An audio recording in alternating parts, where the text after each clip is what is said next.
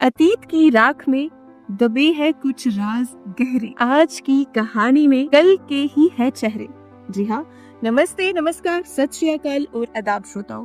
आपने ट्यून किया है 88.4 एफएम सदाई पीर पंजाल, आपका अपना रेडियो स्टेशन, और मैं हूँ आपकी अपनी होस्ट एंड दोस्त आरजे निधि। श्रोताओं, सदाई पीर पंजाल के रेडियो स्टेशन, रेडियो ऐप और डिजिटल प्लेटफॉर्म्स में आपका हार्दिक स्वागत है। और आज मैं आपके समक्ष पेश हूँ एक ऐसी वीरता और विरासत की कहानी के साथ जो हमारा गौरवान्वित इतिहास है। जी हाँ, मैं बात कर रही हूँ 13 अप्रैल की। 13 अप्रैल जो खित्ता पीर पंजाल के जिला राजौरी के लिए एक ऐतिहासिक दिन है। एक ऐसी तारीख जो सिर्फ कैलेंडर का एक दिन नहीं बल्कि राजौरी के इतिहास का एक जीता जागता गौरव है। जी हाँ, ये दिन हमें याद दिलाता है उन वीरों की कुर्बानियों को जिन्होंने अपनी जान देकर अपनी मिट्टी को बचाया। आज हम बात करेंगे राजौरी डे की, इसके इतिहास की, इसके महत्व की और वो कहानियां जो शायद आज की जनरेशन तक पूरी तरह से नहीं पहुंच पाई हैं। और इस खास मौके पर हमारे साथ जुड़े हैं राजौरी के एक मशहूर शख्सियत, हिस्टोरियन और जिन्हें हम कृषि पंडित के नाम से भी जानते हैं, डॉक्टर जीडी बख्शी जी। तो सर, आपका हमारे स्टूडियो में तहे दिल से स्वागत है। धन्यवाद। तो जीडी बख्शी साहब, सबसे पहले हम आपका स्वागत करते हैं और उसके बाद जानना चाहेंगे कि आप इस खित्ता पीर पंजाल की सरजमी में कहाँ से ताल्लुक रखते हैं। खित्ता पीर पंजाल ये वो खित्ता है जिसको बयान करना आने वाली पीढ़ियों के लिए और गुजरे हुए दौर की वो यादें इकट्ठी करके संभाल के एक खजाना हम नई पीढ़ी को पेश करें कि खित्ता पीर पंजाल राजौरी, जिसे आज राजौरी, कभी रामपुर, ये नाम बदलते रहते हैं तारीख में, लेकिन आज हम इसको राजौरी टाउन, राजौरी शहर के नाम से जानते हैं। इसको लैंड ऑफ किंग्स कहा जाता है क्योंकि राजौरी में बहुत सारे राजवाड़े थे, जैसे दरहाल, मंजाकोट, राजौरी, इसके साथ कुछ और इलाके, बिंबर और मीरपुर के इलाके और कुछ मुगल रूट के इलाके, डिफरेंट जगह उस ज़माने वो ज़ैलें होती थी जिनको आई तहसीलें बोलती हैं, तो वो ज़ैल ही वो हुकूमत निज़ाम चलाते थे। ये था पुराना एक दौर, एक पुरानी यादगार जब इतना सिस्टम जो ज़्यादा ही डिसेंट्रलाइज्ड होता था। कहीं कहीं तो राजवाड़े 2-2 गांव, 3-3 गांव तक वो हुकूमत जो मौजूद होती थी, लेकिन वक्त के साथ तब्दीलियां होती गई। पावर ने पावर को खाया, जैसे बड़े जानवर छोटे जानवर को, मछली समुद्र में छोटे को खा जाती है, तो चलते चलते चलते राजौरी भी एक पावर बन गया। आज हमारे सामने राजौरी खित्ता पीर पंजाल का एक मशहूर शहर, आबादी, वैली, तारीख और आने वाले दौर के लिए हमारे सामने है, जिस पर बदलते दौर में कई तब्दीलियां आई। इसने 1947 देखा, उससे पहले भी 25 साल पहले यहाँ मारकाट हुई, कबालियों ने यहाँ लूटा, यहाँ ब्रूटल किलिंग्स हुई, मास किलिंग्स हुई, लेकिन राजौरी तरक्की की राह पर गामजन है। कहाँ 1947 का दौर, कहाँ राजौरी का शहर खून में रंगा हुआ, खून की होली में खेलता हुआ वो दौर, और कहाँ आज राजौरी तामीर व तरक्की मरकज, व्यापार, एजुकेशन, कल्चर और यहाँ की रस्ल और रसाइल की 4 लेन रोड्स, और यहाँ तक कि यहाँ हवाई कम्युनिकेशन भी शुरू हो चुका है। बदलते दौर की ये निशानियाँ हमारे सामने हैं। बहुत ही इंटरेस्टिंग सर। अगर जैसे आपने 2-3 पहलुओं पे बात करी, एक तो राजौरी जिसे लैंड ऑफ किंग्स के नाम से जाना जाता है, और दूसरा राजौरी के अलग अलग नाम का आपने जिक्र किया, तो मैं यहीं से शुरुआत करती हूँ कि राजौरी का नाम राजौरी क्यों है।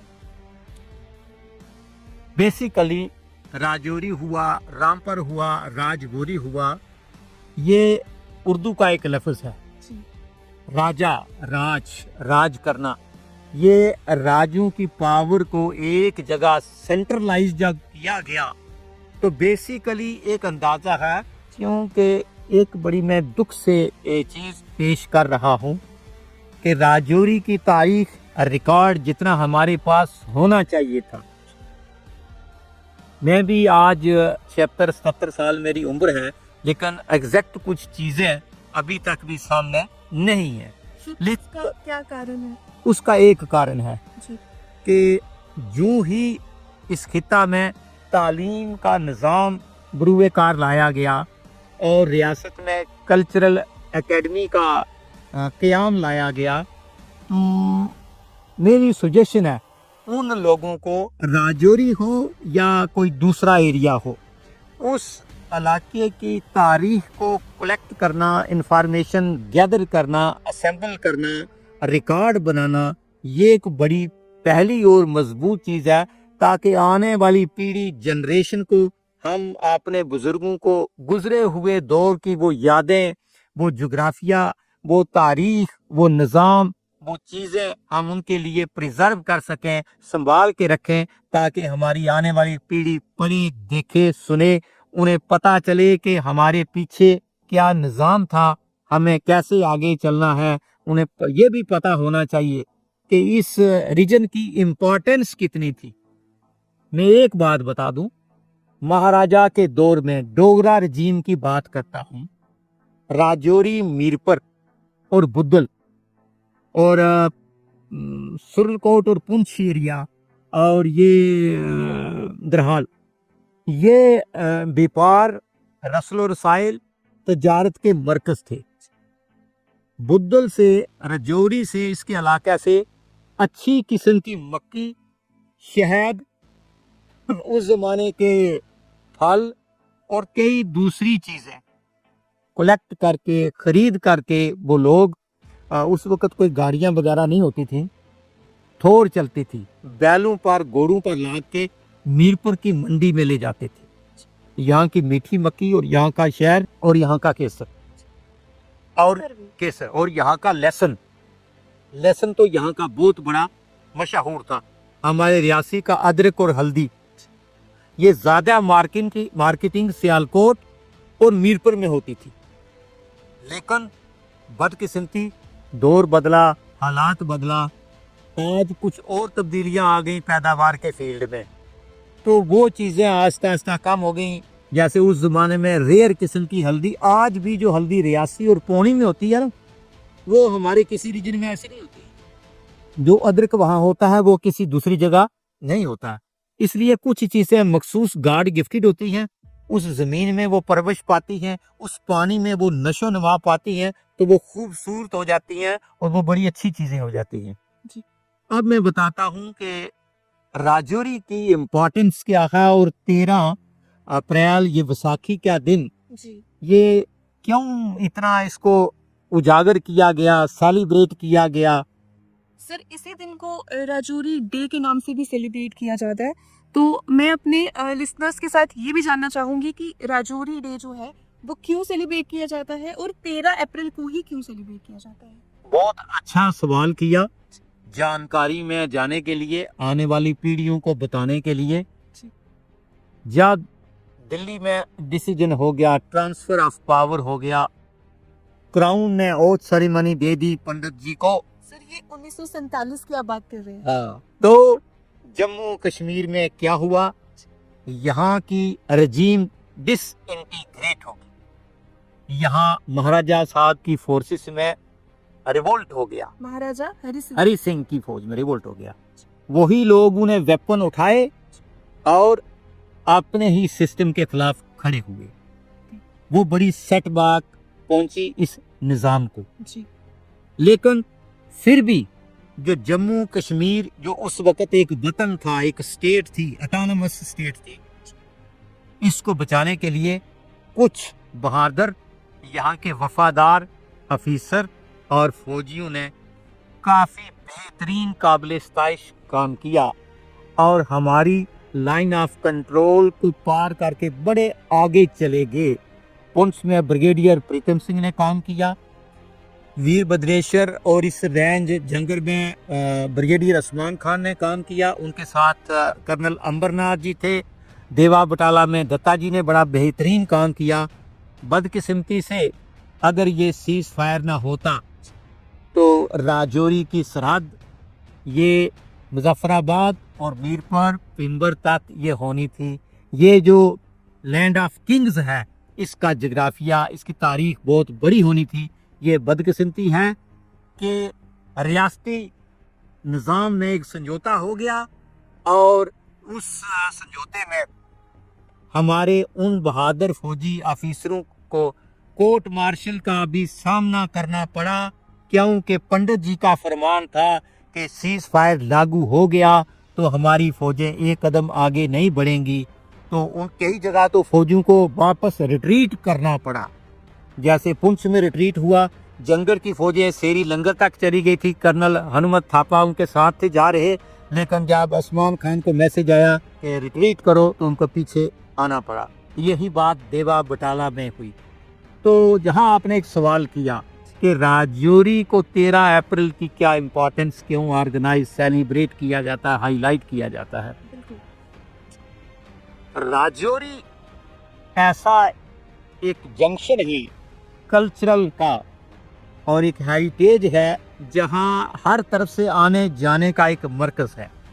तहजीब व तमद्दन का एक बहुत अजीम मरकज़ रहा, चाहे मुगल दौर रहा, चाहे डोगरा रजीम रही। 47 में जब रेबल रिवोल्ट हुआ तो कबायली लोग लूटने के लिए दाखिल हुए यहाँ। तो थे वो लोग बेशक कम, लेकिन वेल ऑर्गेनाइज्ड, मुनज़्ज़म तरीके से थे कि उनके पास वेपन थे, हथियार थे, वो जंगजू लोग थे। इरादे उनके लूटने के लिए आए थे, डकैत थे। यहाँ की सरजमीन, यहाँ के शहरियों के साथ जो उन लोगों ने सलूक बर्पा किया, बहुत ही जुल्म है। तारीख में ऐसी मिसाल नहीं मिलती। यहाँ के खजाने, जेवर और हमारी बच्चियों को वो उठा तक यहाँ से लेके, लेकिन हमारे लोग बेसहारा, बेकस, बेबस थे। महाराजा साहब की मिनिमम स्ट्रेंथ थी फौज की। चंद लोग गोरखे थे यहाँ तैनात इस तहसील में, जो वहाँ इस वक्त छोटा एडमिनिस्ट्रेटर उस दौर में मौजूद था। वो भी एक दिन यहाँ से जो सरकारी खजाना था और रात के समय अपने साथ वो गोरखा की छोटी सी टुकड़ी को लेके वो भी निकल गए। लोग जो बचे यहाँ के शहरी, चाहे द्राल के थे, चाहे रजौरी के थे, चाहे नशारा के थे, वो भगवान के सहारे बचे। और लास्ट मोमेंट पर जब कोई चारा ना रहा तो ये तहसील के जो आज प्रिंसेस हैं, यहाँ पर हमारी बहुत सी बच्चियों ने उस दौर में, उस वक्त कहते थे जहर को संखिया, पानी के बर्तनों में वो संखिया डाला गया और उन्होंने वो संखिया पिया और अपने प्राणों की आहुति दी। बाकी जो कत्लेआम हुआ, ये हमारी जो जुडिशल कॉम्प्लेक्स है यहाँ राजौरी टाउन में, इसके नीचे जो खेत हैं, या हजारों की तादाद में शरेआम कत्लेआम हुआ। जब ये सारी मार काट, खून रेजी की जो होली खेली गई, ये इंफॉर्मेशन जम्मू और जम्मू से दिल्ली पहुंची, तब उस वक्त के सिस्टम निज़ाम ने जो उनके पास अवेलेबल फौज की टुकड़ियां थी उनको यहाँ भेजा गया, जिसकी रहनुमाई जो उस वक्त के लेफ्टिनेंट मिस्टर राणे थे, जिनके नाम पर राजौरी की आज एयर स्ट्रिप उनके नाम पर कायम दायम है। लेफ्टिनेंट जो रामा राघव, हाँ राइट, तो राणे के नाम से ज़्यादा मशहूर थे वो, हर कोई बशर इसी नाम से उनको जानता था। तो वो आगे जब वो नशारा से क्रॉस किया, जिसे नादपुर आज कहते हैं, उस ज़माने में अनायतपुरा कहते थे, वहाँ कबायलियों से दो दो हाथ हो गए लेफ्टिनेंट राणे और उसकी जो टैंकर साले की टुकड़ी थी। एक दिन ज़ाया हो गया वहाँ। उसके बाद वहाँ से पेशरफ्त हुई तो राजौरी पहुँचते पहुँचते उन्हें समझो कि जो 2 दिन पहले पहुँचना था वो 2 दिन लेट हो गए। लेकिन वो हफ्ता जो था, उस हफ्ते में यहाँ का कोई गांव नहीं बचा, कोई रास्ता नहीं बचा जो रास्ता लहू लुहान ना हो। जब लेफ्टिनेंट राणे सलानी जो आज ब्रिज है यहाँ से क्रॉस किया तो दसल की पहाड़ी से कबायलियों के पास छोटे हथियार से उन्होंने यहाँ ये जो हमारा डिब हेडक्वार्टर है इस पर कुछ गोले दागे, कुछ तहसील के पास गिरे, कुछ नीचे दरिया में गिरे, एक दो ये खेत होते थे जो आज एयर स्ट्रिप राणे हैं वहाँ भी गिरे। लेकिन जब हमारी वो फौजी टुकड़ी लेफ्टिनेंट राणे की क़यादत में यहाँ मंडी, एक ज़माने में वो पुराना मुगल इंफ्रास्ट्रक्चर था उन राजों का बना हुआ, जो आज वो चीज़ें नज़र नहीं आ रही हैं, चेंज आ गई है, डेवलपमेंट की वजह से वो चीज़ें नहीं आ गई हैं। यहाँ पर भी वो एक दो बाटर के गोले ड्रॉप हुए, लेकिन हमारी उस फौजी टुकड़ी ने ज़बरदस्त मुकाबला किया और कबायली उन पठानों को जो बलोच थे जो वहाँ से आए थे वेस्टर्न से, उनको खदेड़ा, यहाँ से बाहर निकला। तब सिविलियन ने भी सपोर्ट किया, आर्मी ने तो रेस्क्यू किया रजौरी को। 12 तारीख को वहाँ यहाँ सुबह ही पहुँच गए थे, पहुँचना तो उनको 9 तारीख में था, 12 अप्रैल हाँ 12 अप्रैल को 1948 को। अगर रास्ते में दिक्कतें ना होती तो वो 9 तारीख को पहुँच जाते, तो काफ़ी यहाँ पर सहूलत मिलती लोगों को। जो ज़्यादा लोग मारे गए, काटे गए, लूट पाट हुई, वो बचत हो सकती थी। ये जितना भी मैस्कर हुआ ये 8 अप्रैल या 9 अप्रैल को हुआ। ये लास्ट कोई 2 हफ्ते जो थे ना जी, वो उन दिनों में बहुत कहर हुआ यहाँ। क्यों कि उस वक़्त ये इन्फॉर्मेशन चली गई कि यहाँ कोई सहारा नहीं है, कोई फौजी टुकड़ी नहीं है जो डिफेंड कर सके, जो मुकाबला कर सके आगे से। लेकिन सिर्फ बॉर्डर के बिल्कुल पास में ये जो है वो खिता पड़ता था, तो उस वक्त पे यहाँ पर कोई डेपुटेशन नहीं हुई थी फौज की। यही तो बदकिस्मती है कि फौज होनी चाहिए थी, फौज भी थी, थोड़ी फौज बची, ज़्यादा फौज ने रिवोल्ट किया, वो महाराजा के दिए हुए हथियार ही वापस इस्तेमाल हो गए। ये बड़ी बदकिस्मती है, ये फेलियर ऑफ सिस्टम था।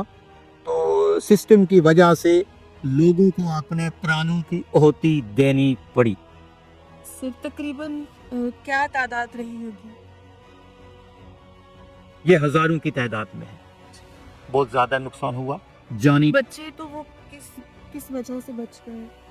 कुछ भागे लोग यहाँ से, जी, कुछ यहाँ से राजौरी के उस छोटे से उस वक़्त के एक मरकज़ था, शहरी छोटा समझ लो, यहाँ से कुछ भागे रियासी की तरफ निकले, कुछ नौशहरा की तरफ निकले। नौशहरा की तरफ जो निकले, आगे ताई की पहाड़ी आती है, वहाँ भी पठानों ने आके 2-3 लोग थे, उन्होंने मोर्चा संभाल लिया, वहाँ भी काफ़ी झड़प हुई, काफ़ी मुकाबला हुआ।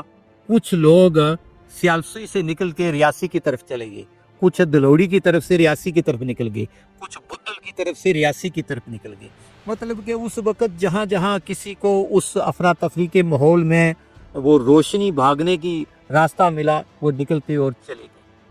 तो 13 तारीख 12 को रात को ही समझो शाम को लेट आवर पूरी तरह लेफ्टिनेंट राणे ने राजौरी टाउन को पूरी तरह अपने कब्जे में ले लिया और उन्होंने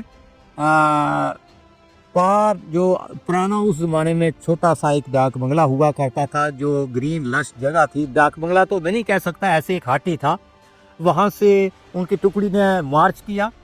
ये तारक ब्रिज से होते हुए, ये वर्कशॉप के पुल से होते हुए, ये पुरानी रोड बस स्टैंड की चढ़ाई चढ़ के आए और ये जो डिब हेडक्वार्टर ऊपर है जहाँ हम बैठे हुए हैं, इस एरिया में चक्कर लगाया, सिटी में चक्कर लगाया और लोगों में एक मैसेज गया कि राजौरी टाउन जो है वो आर्मी की कस्टडी में आ चुका है और लेफ्टिनेंट राणे और जो बचे खचे लोग थे उनकी कोऑपरेशन से लोगों में एक अमन क्या, एक जोत, एक दिया जल गया कि अब यहाँ कुछ नहीं होगा क्योंकि फौजें हमारी यहाँ पहुँच चुकी हैं। और लेफ्टिनेंट राणे ने काफ़ी कोऑपरेशन, कोऑर्डिनेशन, लोगों के दिल जीते और भारत माता की जय और जय जयकार, हिंदुस्तान जिंदाबाद के नारे लगने लगे और इस जगह पर एक इतना सहारा मिल गया कि शायद अब हम पर कोई उंगली भी नहीं उठा सकता, हम जिंदा हैं, हमारी फौजें आ चुकी हैं। और लेफ्टिनेंट राणे की क़यादत में जो कबायली थे, रेबल्स आए थे, उनको दसल की पहाड़ियों, मंजाकोट और वीर भद्रेश्वर से और ट्रुप्स को साथ लेके भगाना शुरू किया। लेकिन भागने से पहले कबायलियों ने राजौरी की सरजमीन पर, मैं ये बात कहूं कि यहाँ ना उन्हें कोई बटन छोड़ा, ना कहीं भी गाँव किसी भी हमारी बहन बहू बेटी के पास कोई जेबर की निशानी छोड़ी, और कई बच्चियों को वो उठा के भी ले गए, जो कि राजौरी और जम्मू कश्मीर की तारीख में 13 अप्रैल एक हिस्टोरिकल डे बनाया गया। इसको हाईलाइट जितना किया जाए इंटीरियर में, दूर दराज पंचायतों में, स्कूलों में, उतना कम है, इसको म्युनिसिपल लिमिट तक ना रखा जाए। सर, आपकी कहानी ने तो एकदम गूज बम्प्स जो है वो उठा दिए, और जिनका भी आपने जिक्र किया, अगर हम कहें कि आज हम उनके बलिदान की वजह से, उनकी कुर्बानी की वजह से यहाँ है, तो ये गलत नहीं होगा। तो सर, क्या जब भारत की हम स्वतंत्रता की बात करते हैं या पार्टीशन की बात करते हैं, वो 15 अगस्त 1947 को माना जाता है, 15 अगस्त 1947 को सेलिब्रेट किया जाता है जी।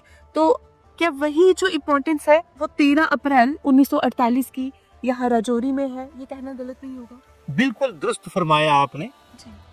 हमें तो सूरज की पहली किरण पीर पंचाल की रीजन की खिताए राजौरी टाउन में 13 अप्रैल बैसाखी के दिन हमें वो थोड़ी आज़ादी महसूस हुई। हमें पता लगा हमारी पीठ खाली नहीं है, हमारे पीठ के पीछे भारतीय सेना है, और भारतीय सेना ना पहुंचती, जो चंद लोग जिनकी गिनती हम उंगलियों पर कर सकते हैं, उनका भी नामो निशान कबायलियों ने मिटा देना था। और तारीख में यहाँ राजौरी टाउन में, इसके गिरदो नवा में, मैं सोचता हूँ कि कोई भी नामो निशान नहीं नजर आता। लेकिन ये बहुत बड़ी देन है, 47 के दौर से आज दिन तक भारतीय सेना का दुनिया में एक करैक्टर है, एक नाम है, एक जिंदा दिल फौज है।